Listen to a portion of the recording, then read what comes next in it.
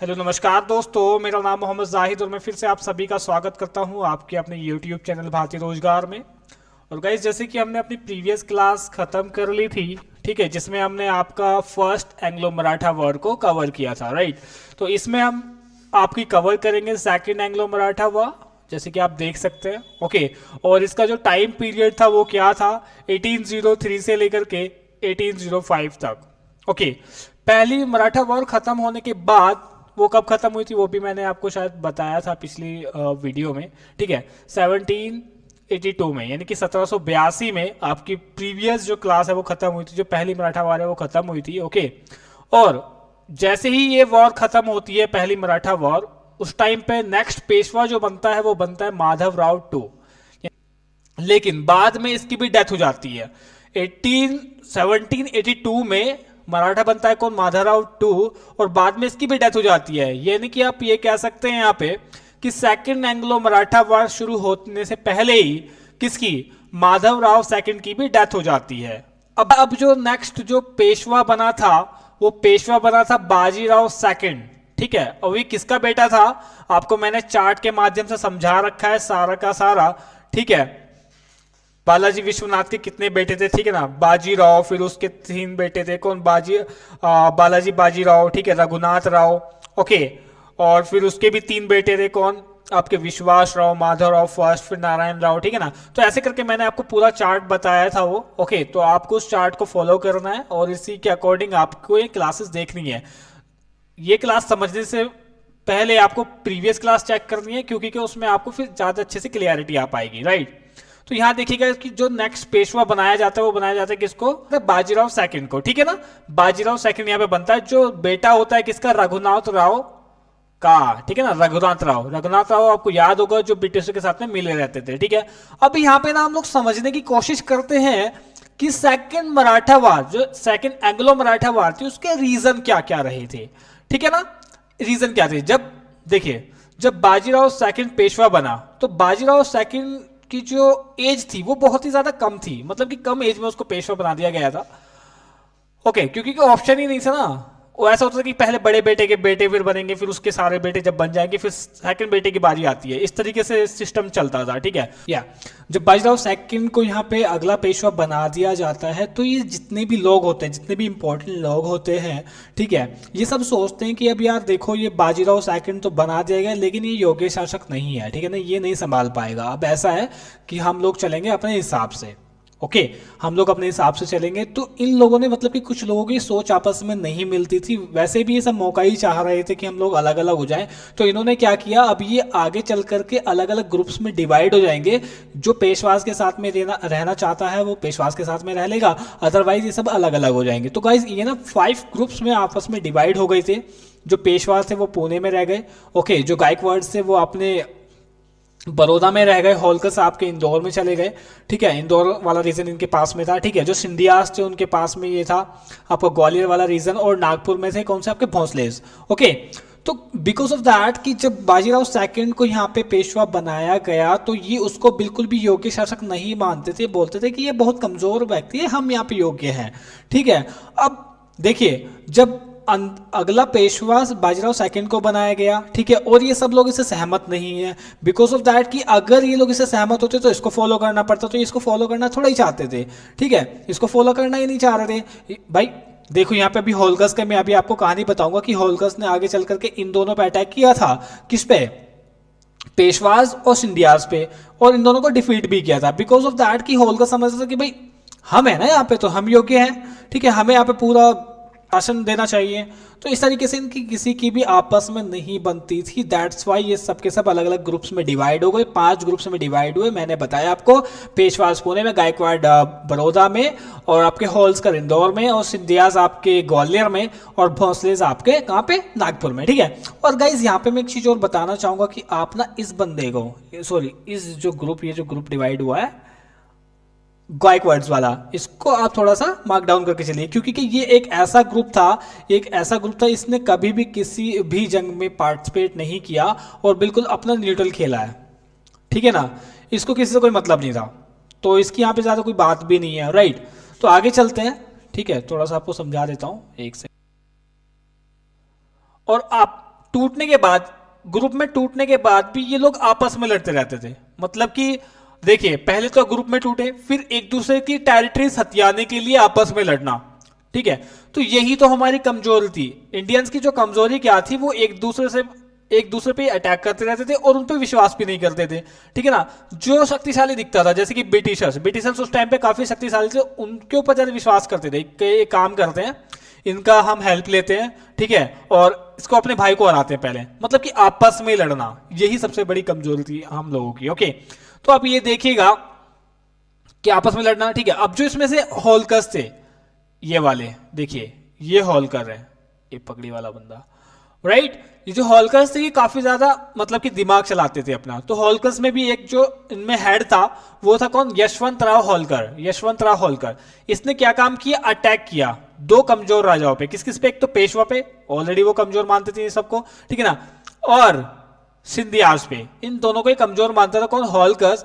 और इसने इन दोनों के ऊपर अटैक किया, और अटैक करने के बाद इनकी जो जगह थी वो सारी की सारी कब्जा ली, राइट।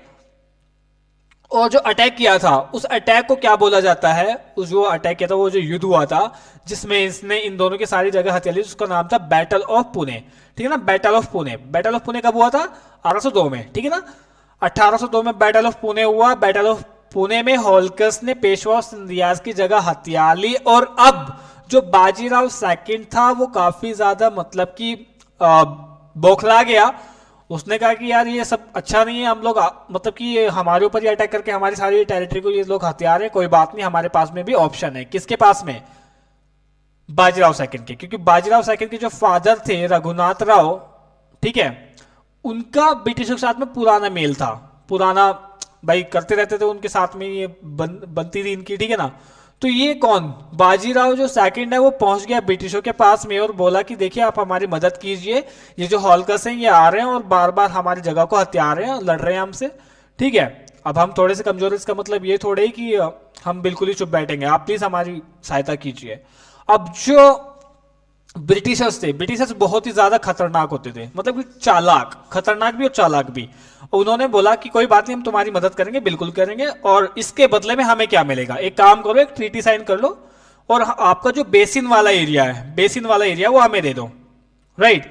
अब जब बेसिन वाले एरिया की बात आई, किसके हेल्प के बदले में, तो जो बाजीराव था सेकंड, उसने सोचा कि कोई बात नहीं, अब हमसे ले लो, लेकिन हमारी मदद करो।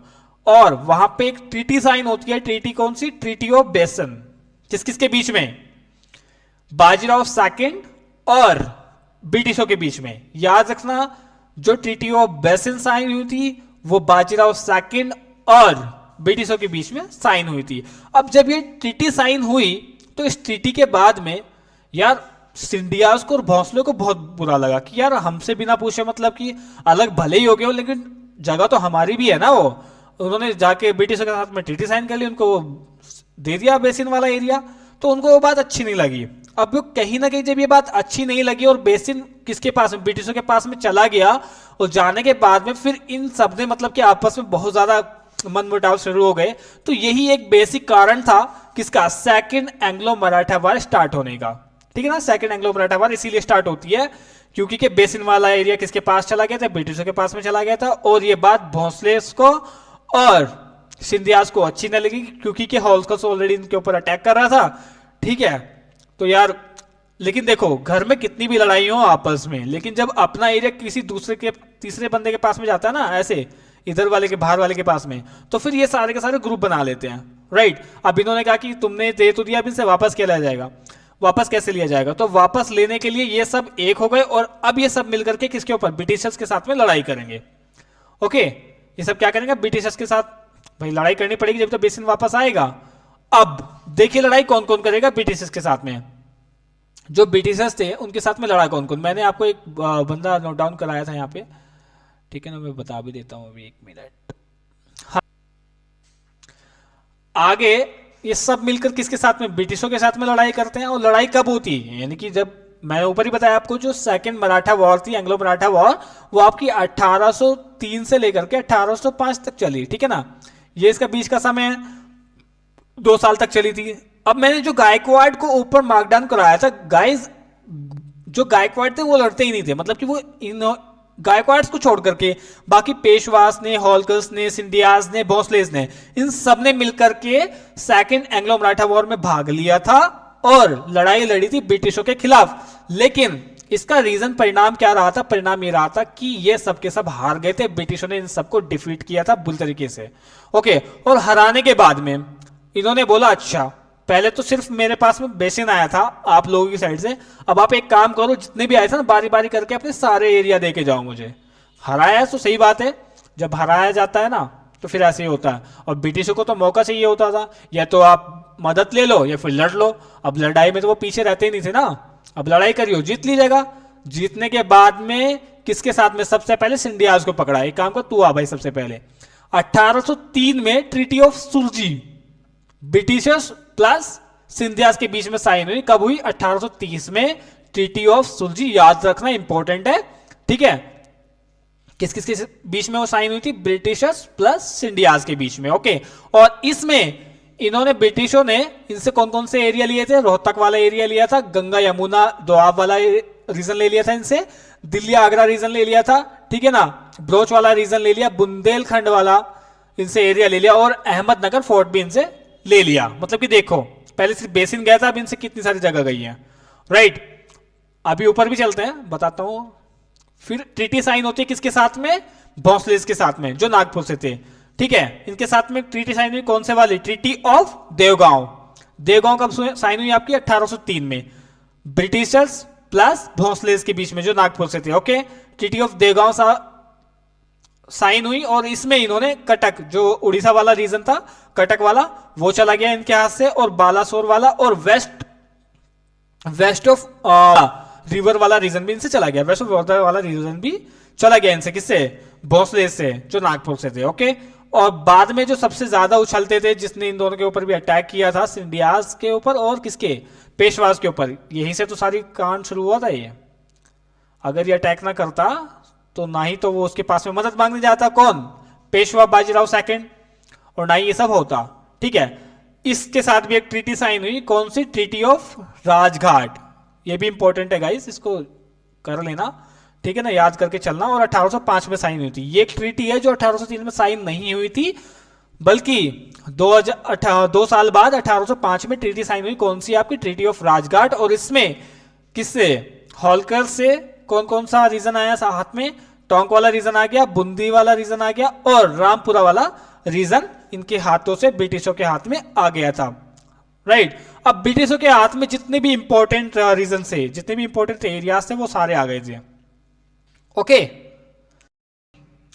और यहीं पर ये सेकंड एंग्लो मराठा वॉर जो है वो आपकी समाप्त हो जाती है।